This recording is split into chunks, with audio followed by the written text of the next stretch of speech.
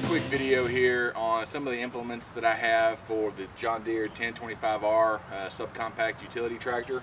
I've got a couple of quick connect implements that I wanted to talk to about. One of our viewers asked for a quick rundown of how easily they connect, how easily they disconnect, and some of the lessons I've learned. So I've got the H120 front end loader.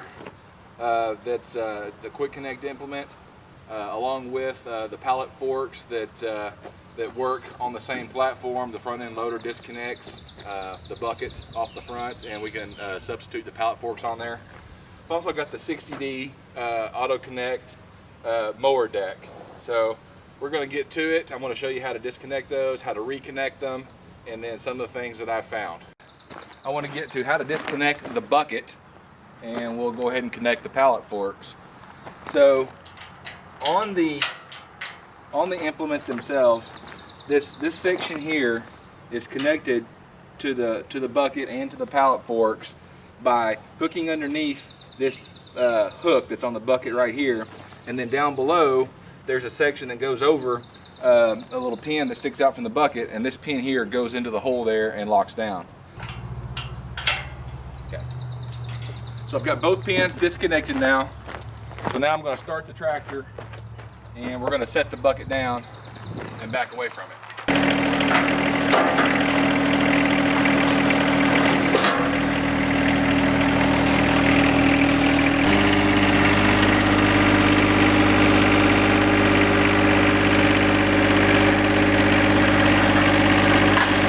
You see what we did there is all we did was we come in with the hydraulics, the lift, and come up under the pallet forks, the hook, and just lifted it up, and now we're in a position where we can put our pins back in.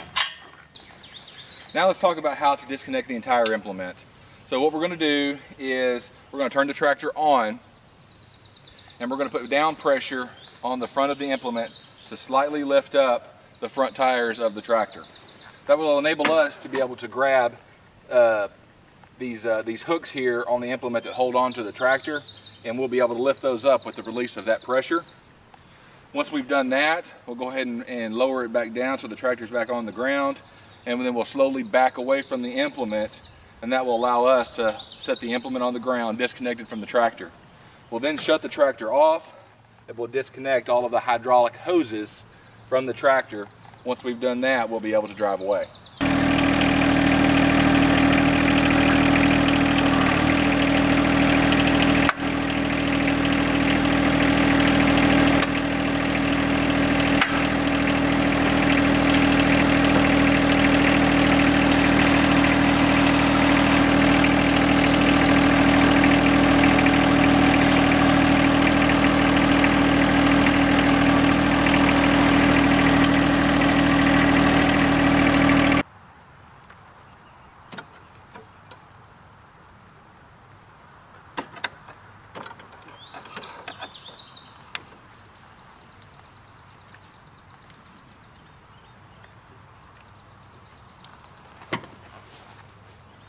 Put the caps back on, keep dust and dirt and grime out of your hydraulic fluid, and just hang this back over the front.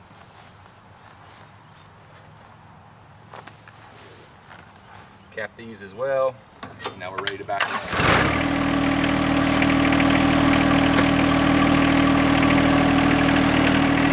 So now that we're completely disconnected, we want to get you reconnected. So what we're going to do is we're going to line up the tractor, make sure the post on each side of the tractor is lined up with the arm on that side of the front end loader. We'll drive up, get it close but not all the way forward. We'll shut the tractor off, we'll hook up the hydraulics, turn the tractor back on, we'll go ahead and drive forward, and then we'll use the hydraulics to raise the front end loader back on. We want to make sure that we get this piece right here. It's got a round little insert right here that hooks into this little thing right here. All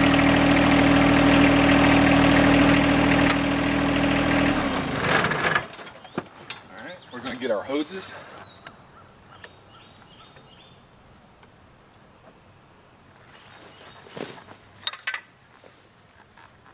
As you can see, sometimes the connectors themselves can be just a little bit finicky.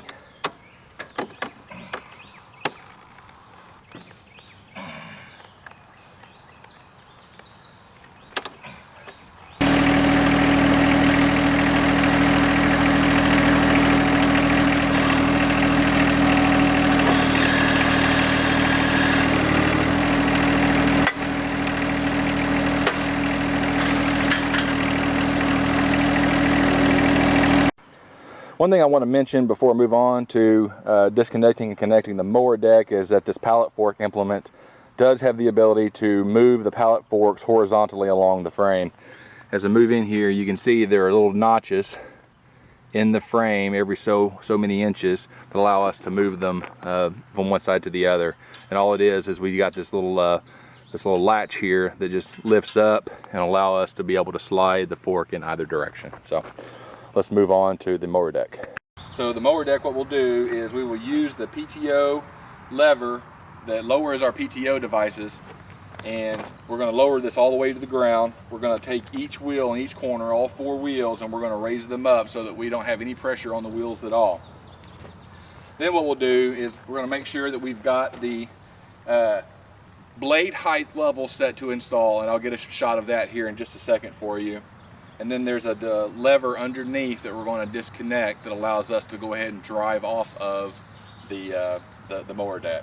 The key thing is whenever you're driving off of or onto the mower deck, we want to make sure that we're in full-wheel drive. As you can see here, we've got our blade height control, and what we're going to do is we're going to turn it so that we're pointing at install.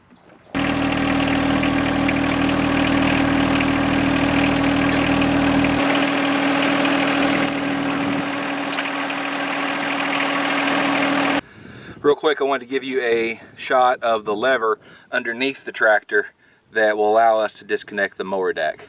So it's this right here, and all we're going to do is just gently move it like that, and that will allow this, as we drive off of it, to slide out the back and not be held in.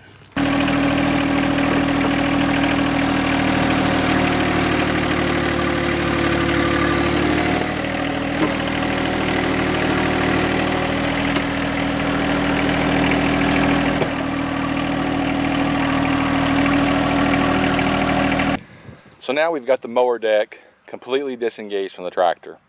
So to hook it back up, we're going to do everything in reverse, except that I do have an issue with mine that I found that I'm going to discuss. So right here at the very front, this bar right here, it's got an adjustment on it that allows you to move the bar front up and down. And I've got mine all the way up. The reason I've got it all the way up is because I have struggled when I drive over the tractor. You see those little hooks in there? Those little hooks right there, that's where the front bar is supposed to go. And I've struggled every time I've disconnected it, getting that bar to go into those hooks. My tractor tends to want to go over top of the bar. So I've got it raised all the way up and I still have that issue. So what is my solution? My solution is a 2x4. So what I'm going to do is I'm just going to put the 2x4 underneath and lift this bar up. And that just gives me the extra ½ inch to inch I need in order to be able to drive over it and get it connected. You can see here, here's my PTO lever that tells me which PTO device I'm going to use. I don't know if you can see that in the sunlight or not, but I've got it set all the way forward to the rear implement. What that does is it relieves any pressure in the mid implement position and allow it to slide on smoothly and connect.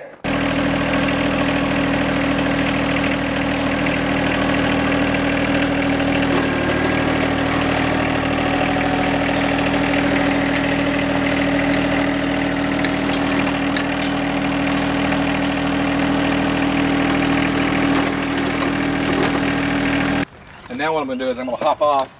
I'm going to make sure the selector switch or the lever underneath that I showed you earlier that we can lift up.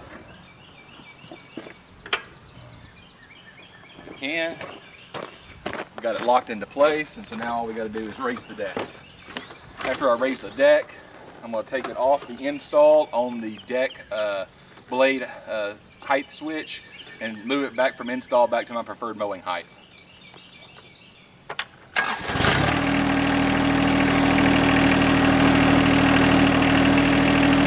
Well, YouTube, I think that's all I've got today for the 1025R and the quick connect implements that hopefully you've learned a little something about. They work really well. I'm still learning the tractor myself, so I'm sure I'll get better at it over time. You know, sometimes the connects and disconnects don't go as smoothly as we'd like them to do, but for a new user, a new tractor owner, I can definitely say that having the quick connect features and everything definitely makes it a lot easier on me. So as always, thank you for watching. If you want to see more, please like and subscribe to our channel. Comment below if you have any questions. We appreciate you watching. Thank you.